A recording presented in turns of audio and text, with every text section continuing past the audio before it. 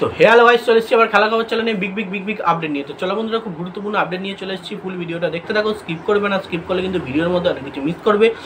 এবং এই খেলার খবর চ্যানেলে যারা নতুন আছে অবশ্যই এই খেলার খবর চ্যানেলটা সাবস্ক্রাইব করে পাশে থাকা ব্ল্যাক অ্যান্ড ঘন্টাটাকে ঢং করে বাজিয়ে দাও।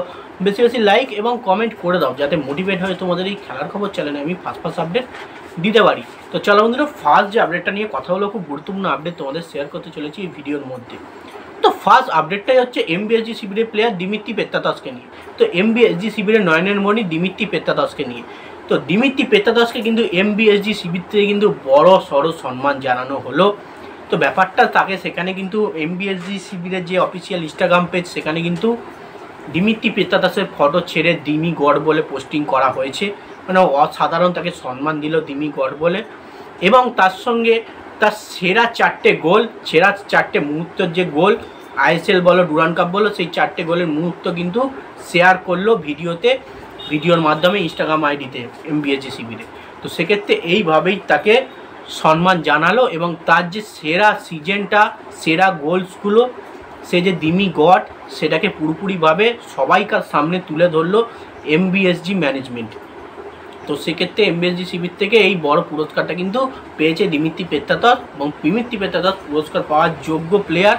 অবশ্যই তাকে মানে পুরস্কার দিলে কোনো রকমই অসুবিধেতে পড়বে না, কারণ সে অবশ্য তার পারফরমেন্স আগেকার মতো হয়তো হয়নি, কিন্তু যে মুহূর্তে যে গোলগুলো সে করেছে, দলের উইনিং এমন জায়গায় সে এনে দিয়েছে তাকে মনে রাখার মতো। কারণ প্রায় লিগ শিল জেতার দৌড়ে তখন গোল করেছে, লিগ শিল জিতিয়েছে মোহনবাগানকে দিমিত্রি পেত্রাতস, ফাইনালে গোল করে দলকে ফাইনালে জিতিয়েছে। এবং ক্রুশিয়াল ম্যাচে কিন্তু আমরা দেখেছি গোল করেছে দিমিত্রি পেত্রাতস। সেই কারণেই কিন্তু এই পুরস্কার তার জন্য। তো নেক্সট যে আপডেটটা নিয়ে কথা বলবো, খুব গুরুত্বপূর্ণ আপডেট এমবিএসজি শিবিরের কর্মকর্তা দেবাশিস দত্তকে নিয়ে। তো দেবাশিস দত্তকে নিয়ে কিন্তু বড় খবর, যেটা দেবাশিস দত্ত বা এমবিএসজি ম্যানেজমেন্ট, সে কিন্তু একটা বড় ঘোষণা করেছে। তো ঘোষণা হচ্ছে সুখবরেরই ঘোষণা। এমবিএসজি শিবিরের যে সমস্ত ভারতীয় সিনিয়র প্লেয়ার আছে এবং তার সঙ্গে যত বিদেশি প্লেয়ার আছে, তাদেরকে নিয়ে কিন্তু এই জুলাইয়ের শেষ উইকে কিন্তু এমবিএসজি ম্যানেজমেন্ট ডুরান্ড কাপের জন্য প্র্যাকটিস সেশন নিয়ে পড়বে। অবশ্য তোমরা নিশ্চয়ই দেখেছো ইস্টবেঙ্গল প্র্যাকটিস সেশনে নিয়ে পড়েছে, যেহেতু তাদের আগে খেলা আছে। তো মোহনবাগানে একটু পরে খেলার জন্য একটু লেটে প্র্যাকটিস সেশনে নামছে। তো যে খবরটা ঘোষণা করা হয়েছে এমবিএসজি ম্যানেজমেন্টের তরফ থেকে, যে এমবিএসজি পুরো সিনিয়র দলটা প্র্যাকটিসে নামবে এই জুলাইয়ের শেষ উইকে। এবং প্রতিটা বিদেশি কিন্তু কানেক্ট হবে আগস্টের ফার্স্ট সপ্তাহের মধ্যে ভারতের সব মোহনবাগানের বিদেশি চলে আসবে।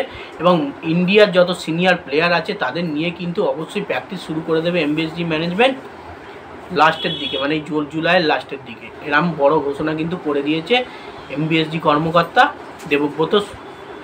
দেবাশিস দত্ত।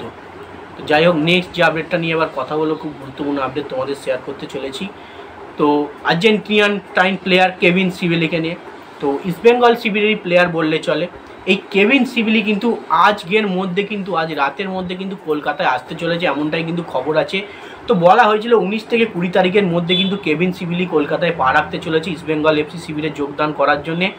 এই আর্জেন্টাইন প্লেয়ার অবশ্যই স্প্যানিশের হয়ে এখন পারফরমেন্স করছে, খেলছিল। এই প্লেয়ারটাকে কিন্তু দুর্দান্তভাবে সাইনিং করিয়ে নিয়েছে ইস্টবেঙ্গল এফসি ম্যানেজমেন্ট। অসাধারণ পারফরমেন্স করে, অ্যাটাকিং মিডফিল্ডের প্লেয়ার, ডিফেন্সিভ প্লেয়ার। তো দেখা যাক এই কেভিন সিভিলি আজ রাতে কটার মধ্যে তার ফ্লাইট হয়। এবং খবর আছে আজকের মধ্যে কিন্তু কলকাতায় পা রাখতে চলেছে এই কেভিন সিভিলি ইস্টবেঙ্গল এফসি শিবিরে যোগদান করার জন্য।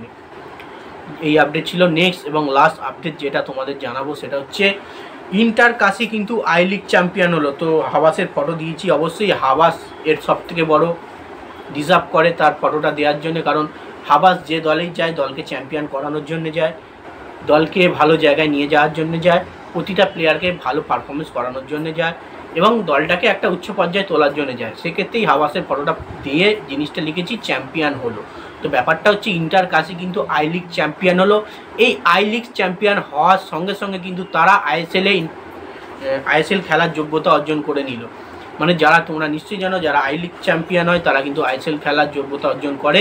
সেটা কিন্তু ইন্টার কাশি করে ফেললো অ্যান্টোনিও লোপেস হাবাসের হাত ধরে। যাই হোক, এই আপডেট ছিল। ভিডিওটা যদি ভালো লাগে থাকে লাইক কমেন্ট শেয়ার সাবস্ক্রাইব করে পাশে থাকো। চলো বন্ধুরা বাই, নেক্সট ভিডিও দেখা হচ্ছে, টাটা।